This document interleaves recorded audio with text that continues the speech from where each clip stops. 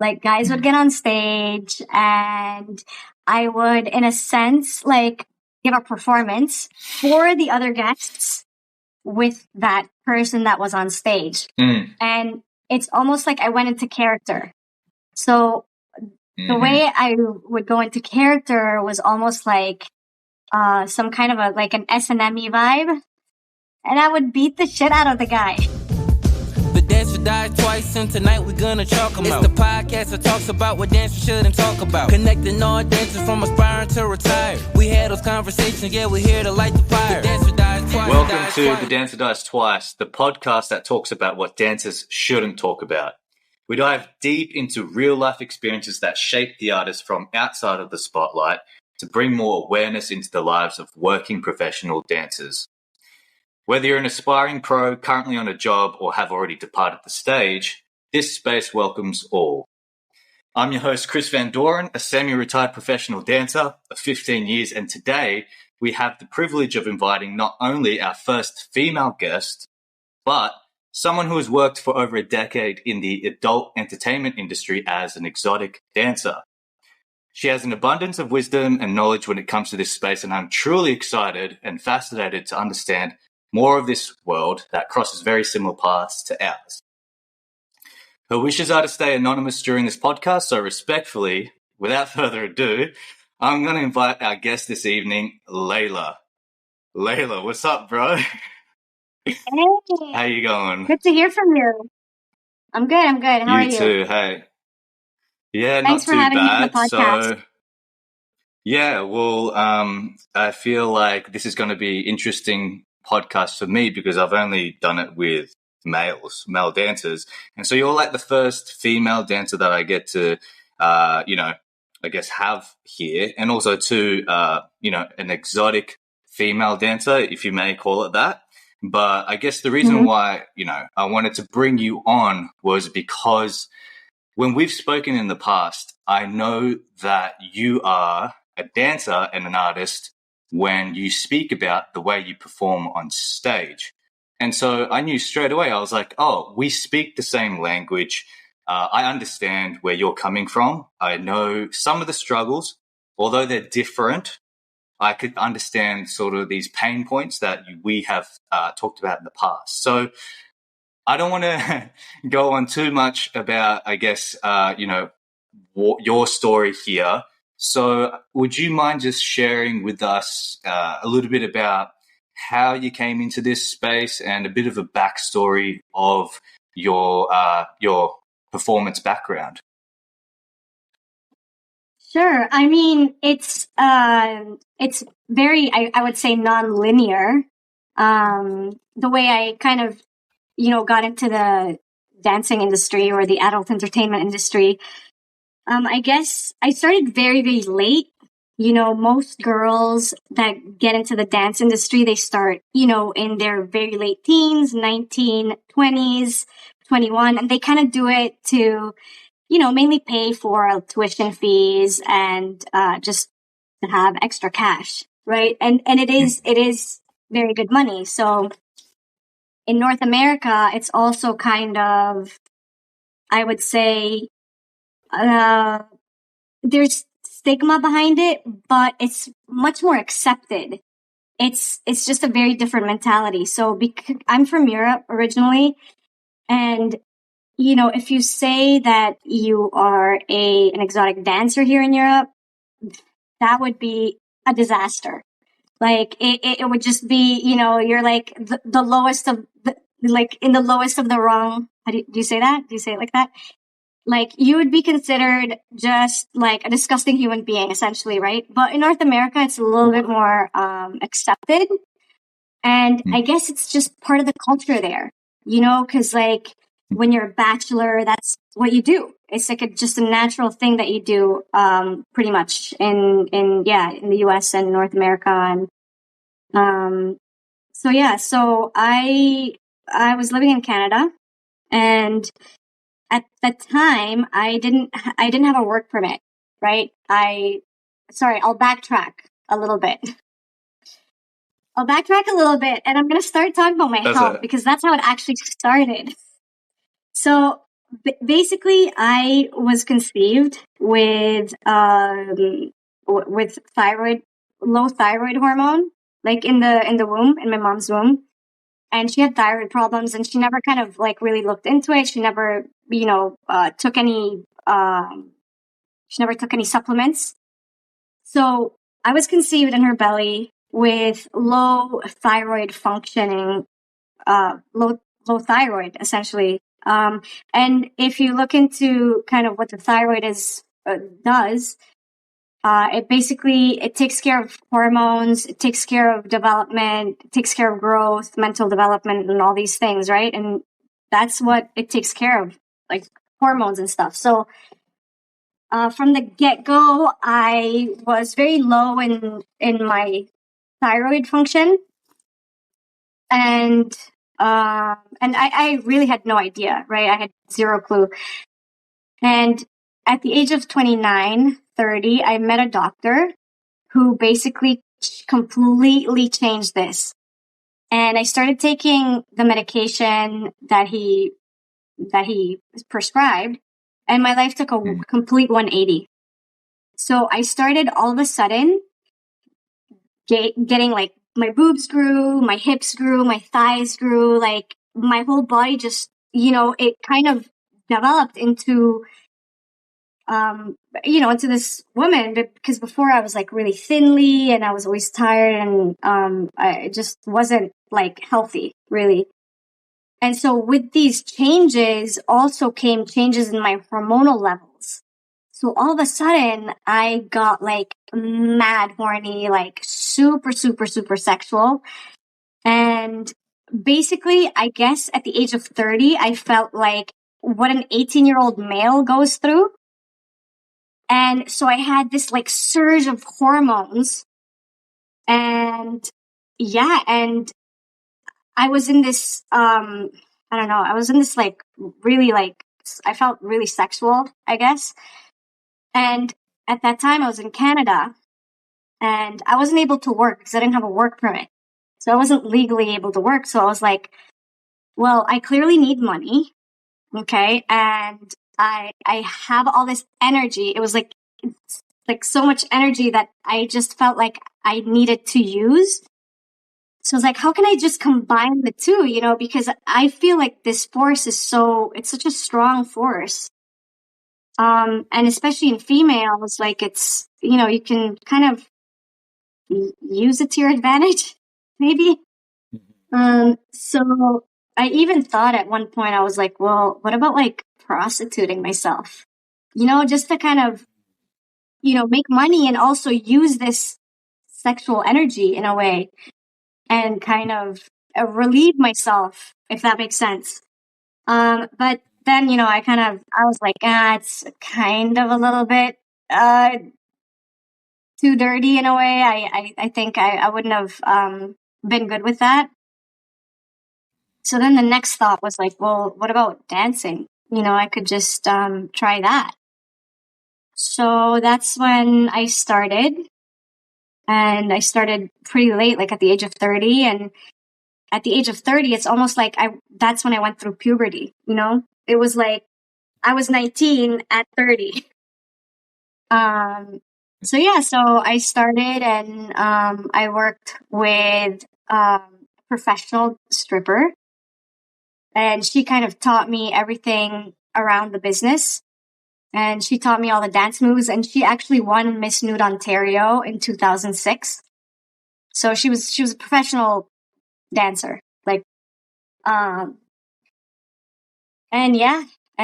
that's how I got into it. And right off the bat, the first night I made like $700, and I was like, okay, well, this is kind of working out. This sounds like a good gig. So I just kind of kept going, and I really enjoyed it because I could express what I felt inside. And this energy, basically, I was literally able to, express outwards. And so I was basically like killing two birds with one stone, Like I was making money, but also I was making it work out for me. And I was able to, channel this like energy that I had within. Does that make sense? Yeah, no, 100%. It makes total sense.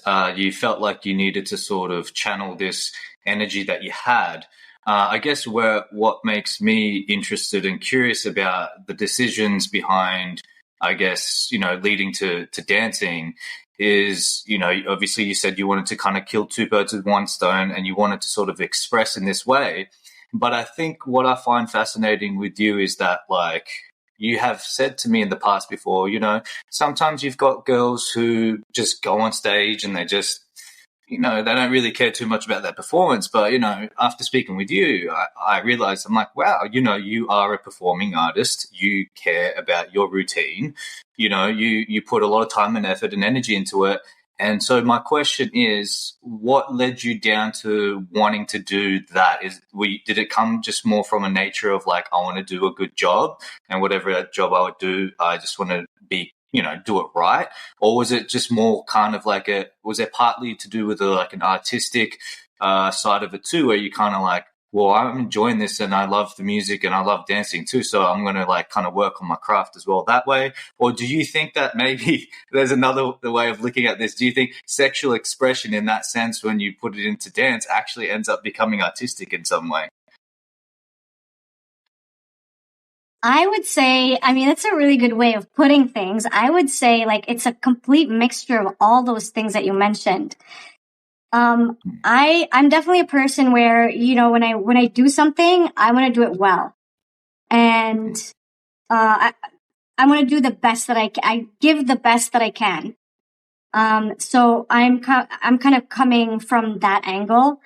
And, like you are on stage, you are giving a performance. So, it's not like you're getting paid for it, but it's your selling point. You will get paid for it after the stage show. So, I would like to think, I'd want to do a good job to sell myself.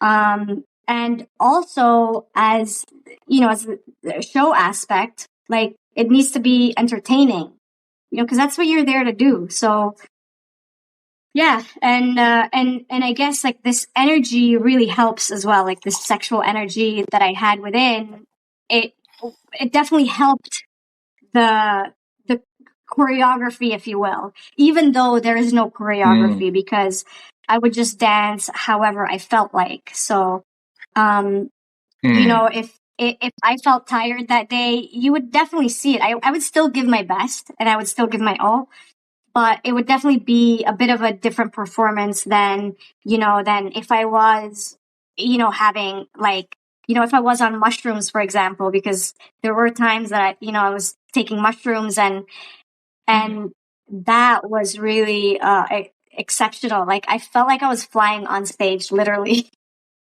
It just gave me some edge somehow. I don't really know why or how, but my movements when I was on mushrooms, they were like so fluid and just very, I would say, very different. And I don't know why that is, but yeah, I would say it's like a total combination of everything that you mentioned earlier. Right. So it just sort of happened where you kind of were like, oh, well, I'm now putting on a performance and I'm kind of really enjoying it. So I'm going to maybe, really kind of, I guess, approach this from that kind of space of, I guess, performance and putting on a show. Like it just kind of just happened, it sounds like. Was that right? Yeah, absolutely. Yeah, cool. I was enjoying it, and obviously, yeah. No, obviously, if you have all eyes on you like that, also it's it's obviously more exciting. It gives you a boost somehow.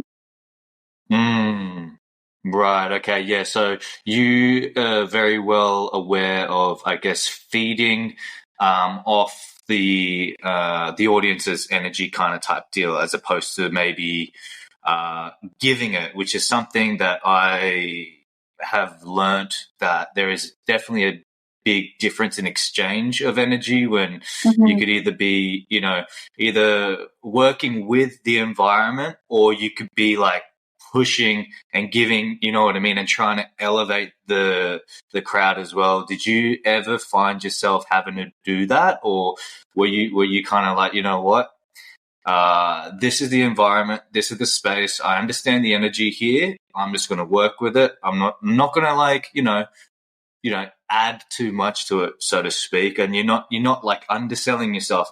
I don't know if I'm making sense here, but you're kind of working with the crowd. Is that how you've always sort of approached the performance? I mean, I guess like how I would perform initially, you know, when I did go on stage initially, it was just I was almost in my own kind of bubble, and I would perform almost like for myself, the way I felt, and I didn't, you know, take into account anybody that was in the crowd.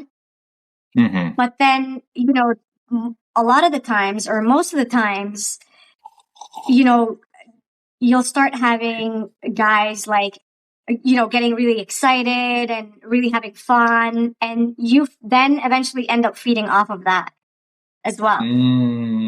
Right. Okay. Gotcha. Yep. No, that makes sense. I think what I was going to say was I wanted to know if you broke the fourth wall a lot, because when you say you're in your own sort of space, you're in your own world, you're kind of in your own bubble there when you're on stage. I can totally relate to that.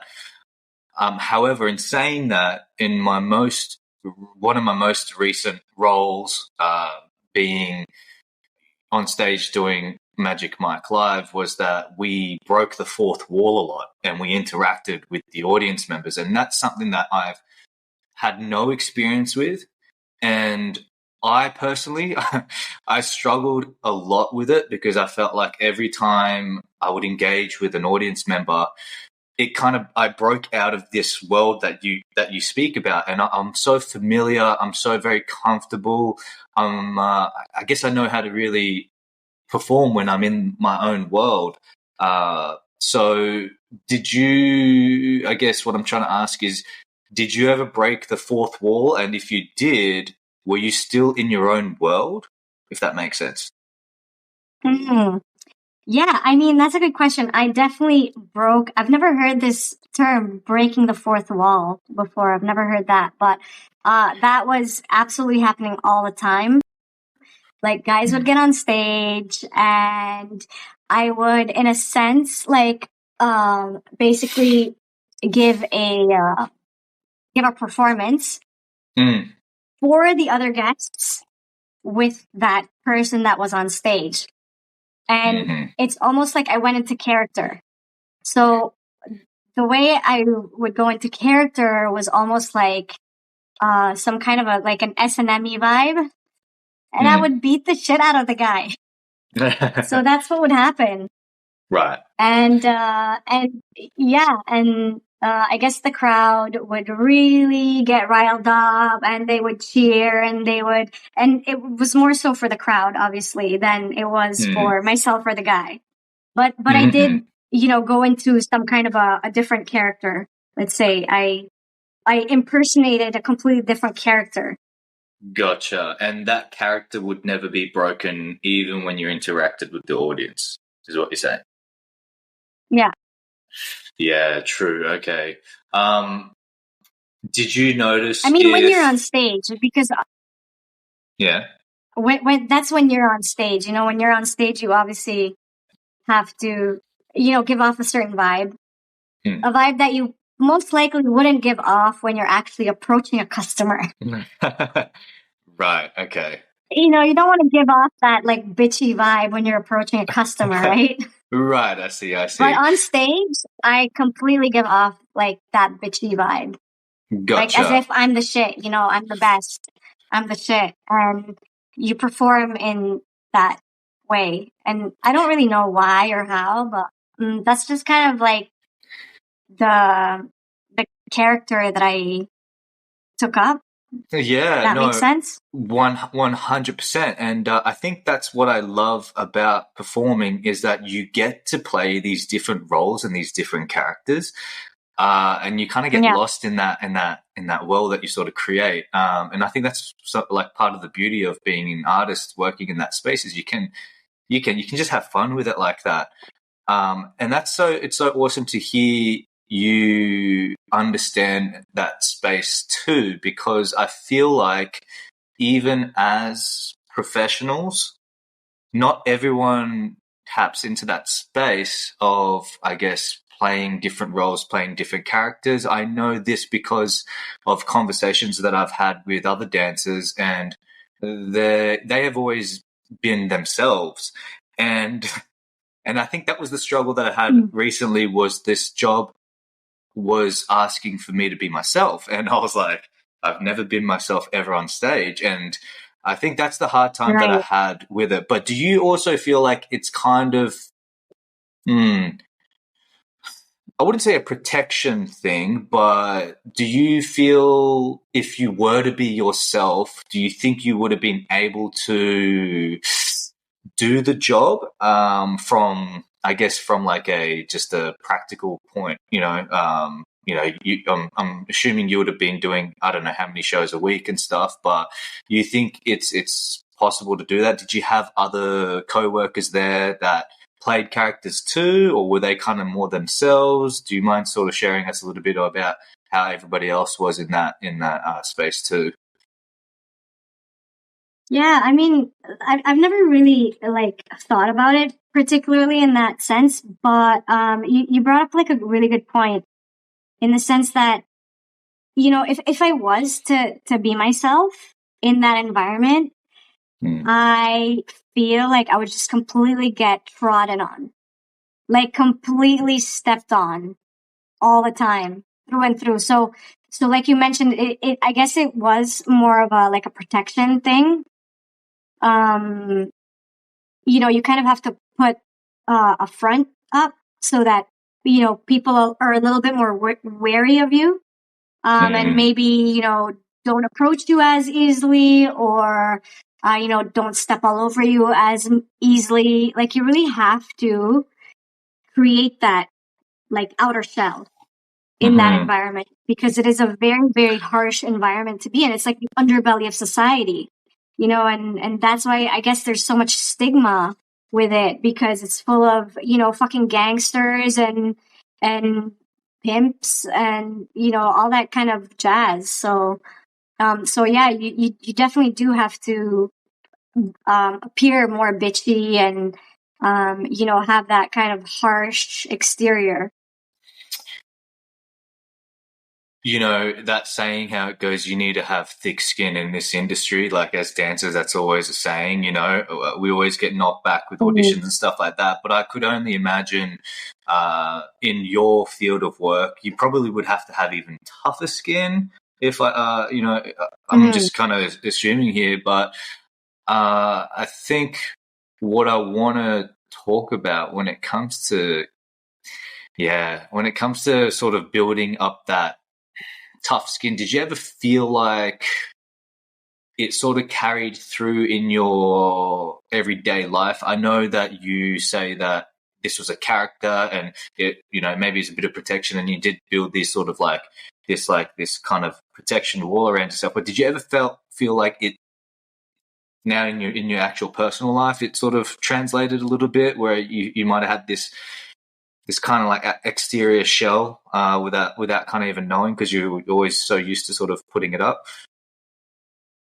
Yeah, I mean, absolutely. It's actually been a problem in the past where I've gotten so trodden on, and not really so trodden on, but guys kept trying over and over and over again, to get whatever they can get from you. And it really kind of, in a way, it shapes your character, it builds your character. And after having done that for 10 years, you can imagine kind of what it does to you internally. Like, I've kind of lost all naivete. Do you say that? Naivety? Mm-hmm. Mm-hmm.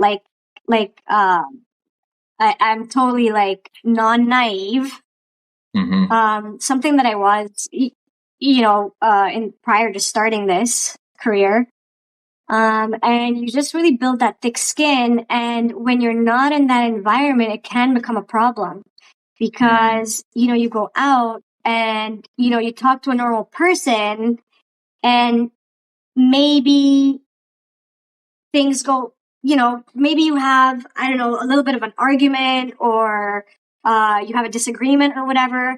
And right off the bat, you take that so, not personally, but you take that as an attack, as a pure attack, because in the club, that was happening time and time and time and time again. So it's almost like a burnout. Like you burn out, and when you get out in the real world, if anything pushes your buttons, like you almost like explode. Because I guess you just learn to, in the club, like you have to explode. Because if you don't, they're going to just push your boundaries over and over and over again. And so you kind of, in a way, that's how you learn how to be. You can't, like, if you're in the club, you can't talk to a guy or to any person that's, trying to get so much out of you. You can't talk to them in a nice, polite manner because they will not understand, especially when they're inebriated. Especially when they've had a couple of drinks. Right. They really try and continue. So the only way that they will understand no is no is when you really get in their face and get fucking aggressive. And so when you're out in the world, you really have to understand not to behave that way. Like it becomes like a really, you're walking on a double-edged sword. Like it becomes really hard. Or like you're walking on a really thin line somehow. And, sometimes you just, when you're out in the world, you just kind of forget that, you're just talking to a normal human being and, just to have control over your emotions. Right. Does that make sense? Totally makes sense. It's just kind of become this second nature of like, if you feel like someone sort of crossed your boundary in space, it's just this automatic reaction now. It's like a knee-jerk reaction. Absolutely, yeah. Yeah, because it becomes muscle memory, and that's what I've sort of picked up in myself was that, like, even though sometimes I did, I know what I did was somewhat similar to a degree, which is why I feel like I can have these conversations and sort of understand to a certain level with you. But when it came to, creating these sort of like exterior shells, I experienced like rejection, like on the regular, night after show. And it was like when I sort of left myself out there vulnerable, it was not, I wasn't able to keep continuing on. And so naturally it was just like, survival mechanisms of like, well, how do I get through this? And naturally I started to build these walls up a little bit. And then, I totally understand. I mean, obviously, it's different for women and guys. And can I say something to that? What? I feel like because your audience was a female audience, like females are just ruthless. They are ruthless because they know that guys are so tough. What? But we don't have that problem so much, I really value you saying that because when I've tried to speak about this in the past to either guys, they just look at me like as if I'm just bragging or boasting, and I'm like, no, it's like it genuinely. Oh hell no! It I know, like some women that would come into the like women that would come to the club, like they were just like animals, okay, like complete animals in comparison to guys. Like guys would behave, okay, but the women. They were just like letting loose, man. Like fucking anything went, and it was just like holy shit. It was tiring, So I can't even imagine what you guys on Magic Mike had to go through, having like your entire audience, a female audience. It was a real big eye opener for me, because I really learned that like whatever you want to call that behavior, I think it comes from lust. That it doesn't separate, it doesn't matter if you're a guy, girl, whatever. I learned that given the right environment, then, I'm not saying everyone's like that, please, yeah, it's not what I'm getting at. But I was like, wow, I'm like, that's the same behaviors that, men are known to behave like. And I was like, oh, we're all the same. I think the only thing that was a bit challenging was that because that was a very unique space, that I think women generally kind of, it was kind of like, I don't want to say these words. I want to be careful how I say it, but let's put it this way: if men behave that way towards women, I think we've learnt over the years that you get arrested, you go to jail for that.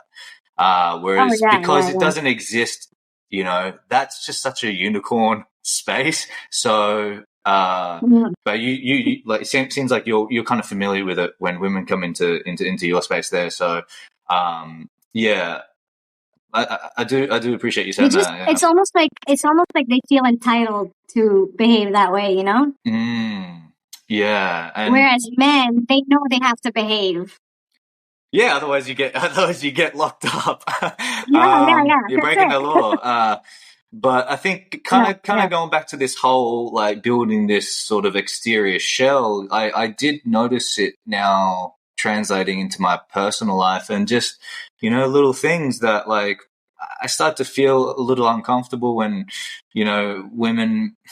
So crazy. It's like if they looked at me a certain way or if they spoke to me a certain way, I just had this straight up like this defense mechanism, like kick in. And so I've been working on that and, myself. So yeah, it was kind of, interesting to see perhaps maybe, if you had experienced the same thing too, which it seems, kind of that muscle memory thing does sort of, kind of stick deep a little bit in there. But what I wanted to know was, did that at all ever change your reasons of wanting to explore this expression that you felt that needed to be explored? And, like you said, you wanted to find a job as well. And it sounds like this was a job at the same time too that paid very well. Did those things ever, I mean, I know you've done it for over a decade now, but did it ever get to the point where you're like, you know what? That stuff isn't worth it? Or were you more like, no, because of this and because I had this need to sort of express too, it doesn't matter kind of thing? Sorry, what's the question? Did those things that came with the job ever stop you or make you want to not continue on working in the space as an exotic dancer? Like the fact that you had to deal with like particular audience members, or that you felt like you were kind of growing this other exterior shell, or you were kind of like, whatever, it doesn't matter, that this is just kind of how it is, or, at any point did you find, I guess, think about not doing it in those early years starting? In the earlier years? Well, earlier to, I don't know, maybe even mid. Oh, no. I guess in the earlier years, it was still very exciting and it was still great. And then towards the middle of that, like after, I would say maybe like 4 or 5 years, it started getting challenging and it started getting really old, right? But the money was so good.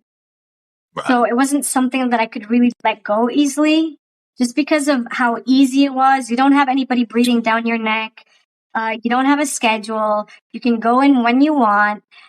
You don't have to, tell anybody that you're going on holiday. Like, you can leave whenever you want. You are free to do whatever you want. You go in, you make your money and leave. So it's just like too easy of a hook, right? To easily leave. But yeah, I mean, it did get old really fast. But because of these things, it was just like kind of too good. Like, I developed a love-hate relationship to it. I loved the art and I loved getting on stage and I loved expressing myself. But all the rest I kind of hated. I hated the hustle. I hated the grind. I hated the really late nights. It was just hard, but somehow it was like too good to let go, right? So I just kind of kept at it. And I just kind of kept going. And after 10 years, I would say, now is the time where I'm just really trying to let that go. Let that life go. It's almost like, the death of a dancer, like you said.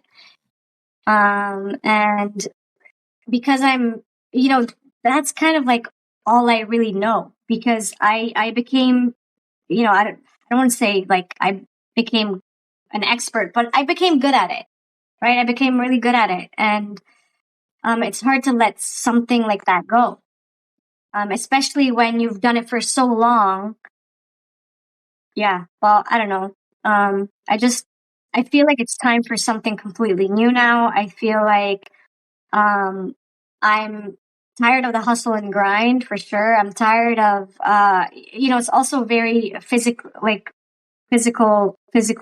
exertive. It's a lot of physical exertion. Right. And so I definitely feel it on my body for sure. True. So it sounds like, the perks that came with it, which is, typically pay, is something that I guess, we dancers don't ever get to experience. We always sort of like live in that broke lifestyle, and just really, really sort of like grinding for that next paycheck. It's a bit of a, it's quite competitive out there. For you, if the perks weren't so great, do you think you would have still seen yourself doing it? Maybe perhaps if it was a fraction of the pay, did you feel, drawn to it that much, or it was just kind of like you being able to do this thing of kind of performing was this additional added bonus to it all? Yeah, I mean, I would say for the beginning, it was really great because, like I said, I was able to express that inner kind of energy that I had. So it was a tool that I could use. But after a while, like if the pay was not worth it, I would have probably let go a long time ago. Right. Yeah. Gotcha. Is there anything, because you've been in the game for like over a decade now? Was it just North America that you got to experience working, and were there other areas? And do you mind just sort of like, filling us in a little bit about like the industry side of things? Any kind of, I guess, particular things that you found were either not you personally challenging or difficult, but just the industry itself, it was, you feel like it could be a little bit different, or some changes or things like that would help other dancers? I mean, I just dance in North America, so that's the only region that I know. And I would say the clubs really take a huge advantage of the girls. And so the girls are at a bit of a disadvantage in the sense that, girls typically have to pay a huge floor fee to dance.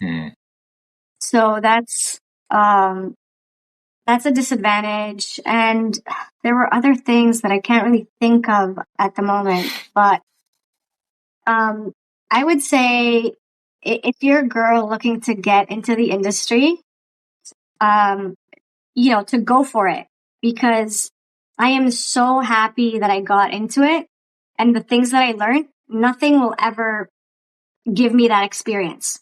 Nothing else will ever give me the experience that I got from this career. And I like, the only advice I would probably give is, go for it.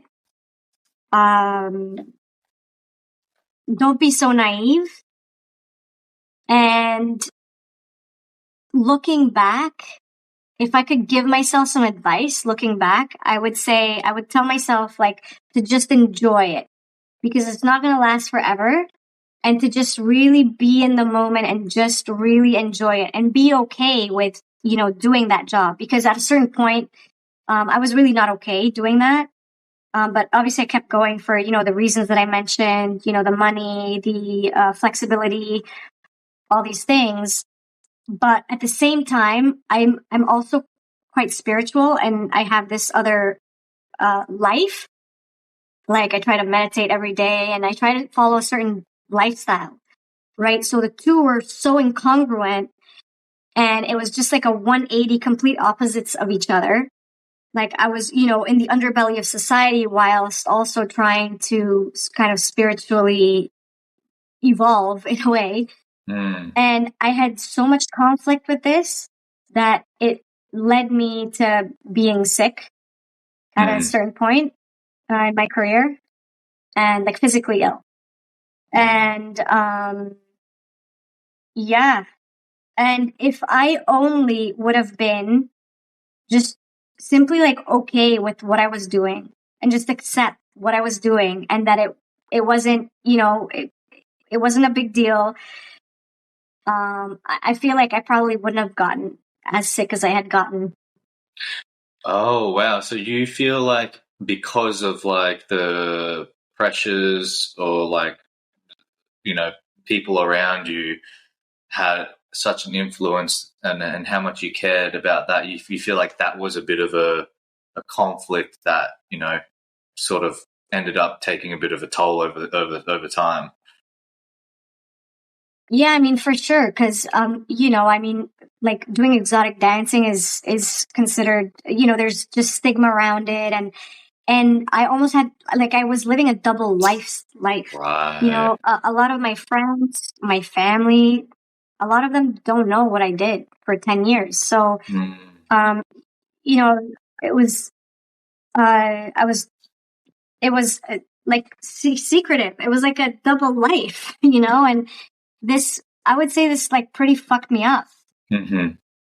And I was being secretive about it because of the stigma around it, and because I knew that some of my friends wouldn't have understood, and this inner conflict created that, created all of that, internal conflict, I would say. This, this stigma and, this secret lifestyle that I was living. For sure. It sounds like overall, I think it's everything has its like good sides and bad sides. I think from an outsider looking in, I think I can only sort of make a bit of assumption sometimes when I've been into those spaces before, and I do feel a little bit of sense of like I don't want to say the word is danger, but like maybe it is that. Did you ever feel unsafe at all, like throughout your career whilst you're working, or is for dancers there, is it you guys like pretty taken care of and all that? Oh yeah, no, I definitely didn't feel in any sort of danger. There's a lot of like protection in the clubs while you're working, and also like the society in North America is quite docile. Right. I'm saying like Canada, particularly Right. in Canada, Right. the men are really well behaved. Right. Whereas here in Europe, I feel like I could never do that job in Europe. Like, no way. It's a lot more, somehow, the guys are just overall more aggressive in Europe. Gotcha. And It's like, I guess, I don't know, more testosterone, or like, they just, they just, go get it. If that makes sense. Like, they won't think twice about approaching a girl. Right. Were you the only one kind of living this double life, or was that a common thing amongst exotic dancers? I mean, no, you know what? I feel like a lot of girls were pretty open about it. Uh-huh. And I don't know if that has to do with some kind of like, social class somehow. A lot of a lot of the girls are just ghetto, you know, and it's almost like totally accepted. Right. Do you feel like kind of the Western culture is maybe praises it a little bit more than, I guess, like European cultures? And right, I see. Is it kind of Absolutely, like yeah. is it sort of a bit of the whole self-made, what's it called, you know, self-made woman sort of thing of empowering and, being able to, yeah, make big money, I guess, really. Is it a little bit of that, or it's just is it something else? I mean, I wouldn't know. Wait, what do I'm you? not really. Well, it's definitely empowering for sure. It's 100% empowering. Yeah. For sure, because you're going in, you're making money. Everyone kind of adores you in a way. Right. So it's for sure it's empowering. It's like, I guess there's definitely this energy, I'm not going to lie. Like, if I've been at a party and stuff and there have been exotic dancers, there's definitely this, I don't want to say magnetic, but there is a strong presence. You definitely, yeah, it's not like quiet, but maybe that's just from like the people that I've met in the past, though. I don't know. Mhm. But yeah, okay. Interesting. So I guess I mentioned that this show is called The Dancer Does Twice because, of our identities that surround being a performing artist. And we can't do this forever, so to speak. And eventually we have to part the stage, at least, not perform at the capacity that, we have been. Do you think about that often, much, not at all? Is this something, I guess, you're okay? Is it just a thing that, do you mind just sort of sharing with us, I guess, how you, I guess, approach and deal with the coming to terms of, your artistic expression sort of in some way, shape or form coming to I guess, a professional end? Mm.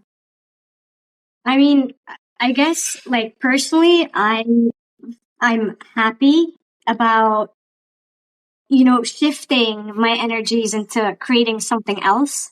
Mm. And because I've done it for so long, I'm just, it feels like it's time. It's time to move into a different direction. It's time to build something else. It's time to,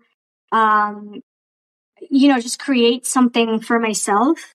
And as much as, it's, it is sad, right? Because you know what? That's part of my identity.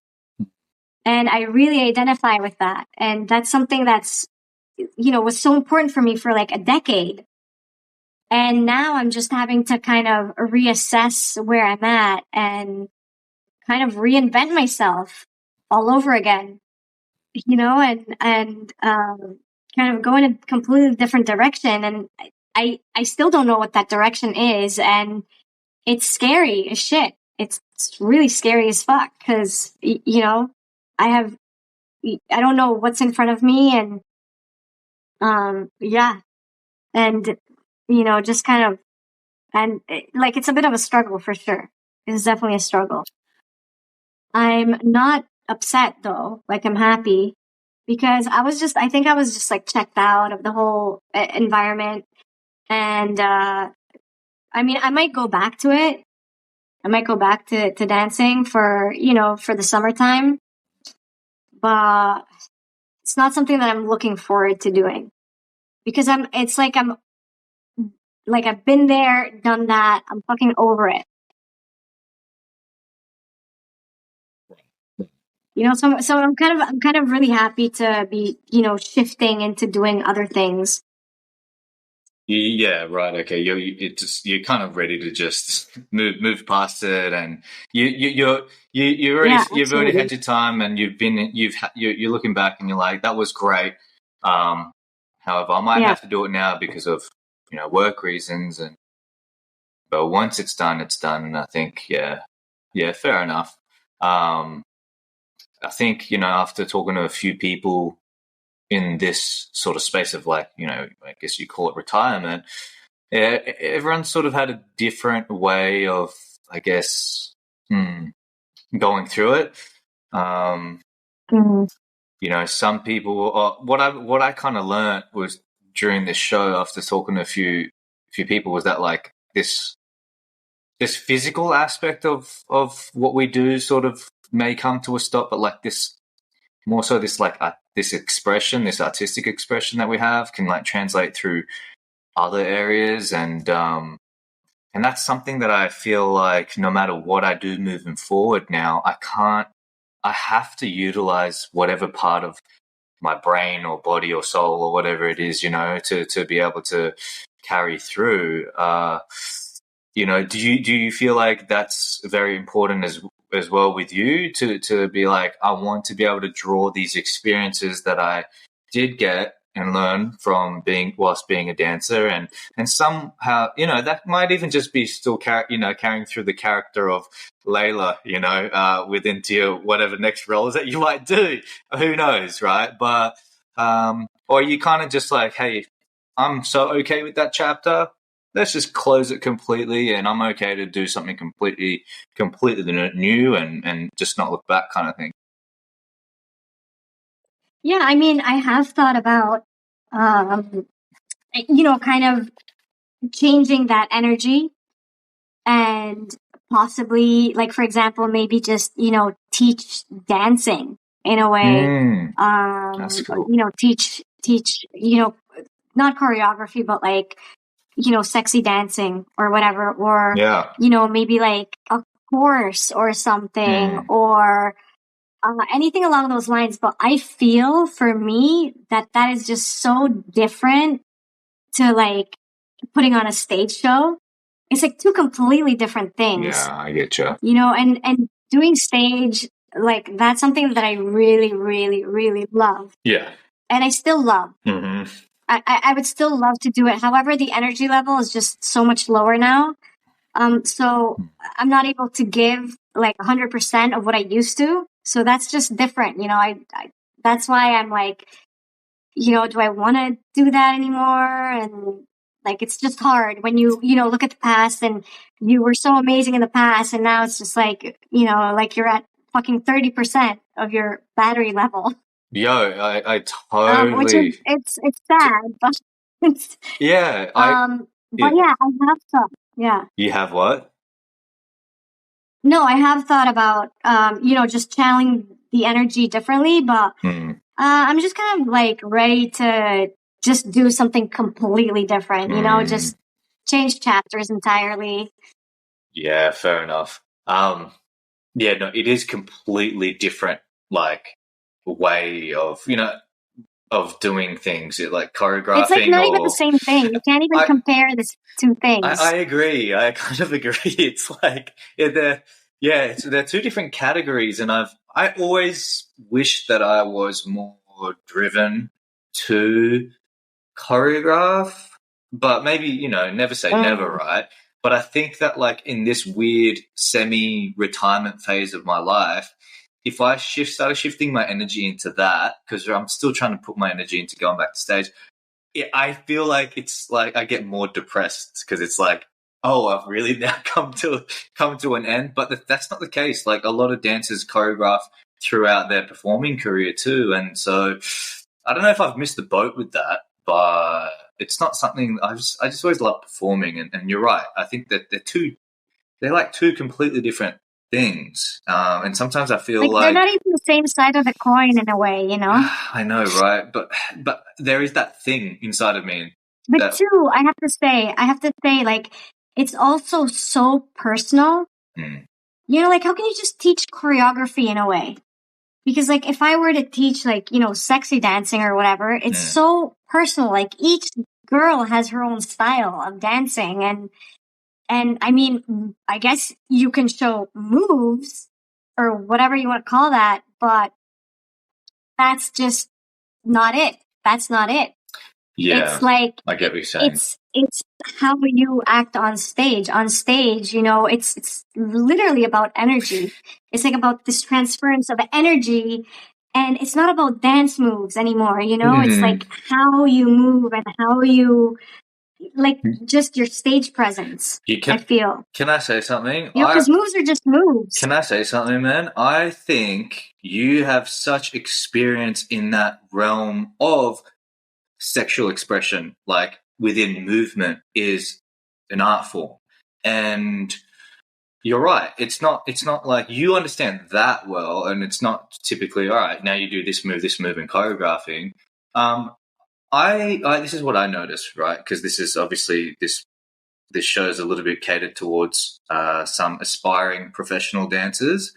And what I notice is that sometimes it goes for both men and women, right? I noticed that some people are better at expressing that and harnessing that energy and being able to direct it and move it in certain ways, some aren't. Some completely just aren't aware of it. Obviously, you really understand it to a even more degree, because I feel like that's the core foundation of the expression of the art form there. But man, like you can even be like kind of like a performing coach like that, in that sense of like, showing girls like how to be able to move and express in this sort of way, like you'd be a gun at that. Like you'd be such a pro. And I think there'd be a lot of other, female aspiring dancers, whether or not they want to be an exotic dancer, it doesn't matter. I think they would be able to learn quite a lot from you in that. So I don't know, maybe that might be something you may or may not want to, I don't know.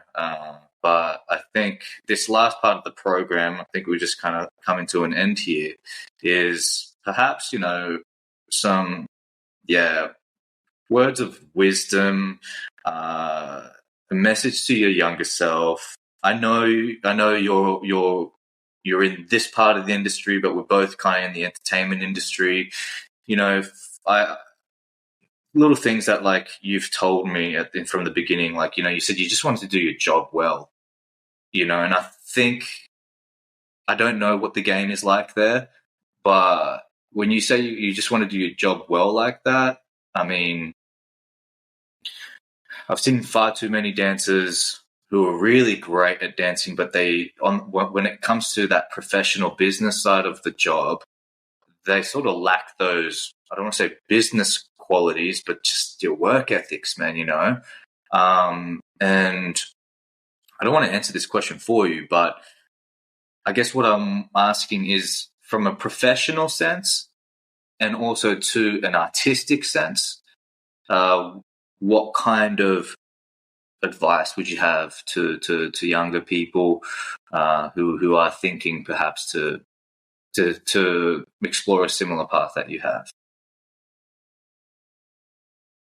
I mean, I would just say, take care of the art form, possibly, and make your financial gains secondary, because that'll always come no matter what. Like, that'll always be there. So, take care of yourself, take care of what you're giving out. And if you're giving out a certain amount, in my opinion, like, you'll always get it back in some way, shape, or form. So I feel like, a lot of girls like go into the industry just focusing on money. And typically speaking, I would say like 99% of girls, go in there just for the money. Okay, not 99%, but like, a very high percentage just go in there, want to make bank and get the hell out. And, they rip off clients like constantly, over and over again. They're just ripping off clients. They don't understand that, if you treat a person well, with respect, without like ripping them off, they'll come back. they'll come back to see you. Like, it doesn't matter. Wow. They just see like the instant gratification without understanding the ramifications of what they're doing. And like, it's riddled. The adult entertainment industry is riddled with girls that are just in there for a quick buck and want to get the hell out. And like, they just lack awareness and respect. And it's kind of unfortunate, and I feel like the majority of girls that are like that, they're younger for sure. It's like the older girls, they're a little bit more conscientious, and they're not as naive. They understand things. They understand how life goes, and they're more respectful. But the younger girls, oh man, they're just like ruthless.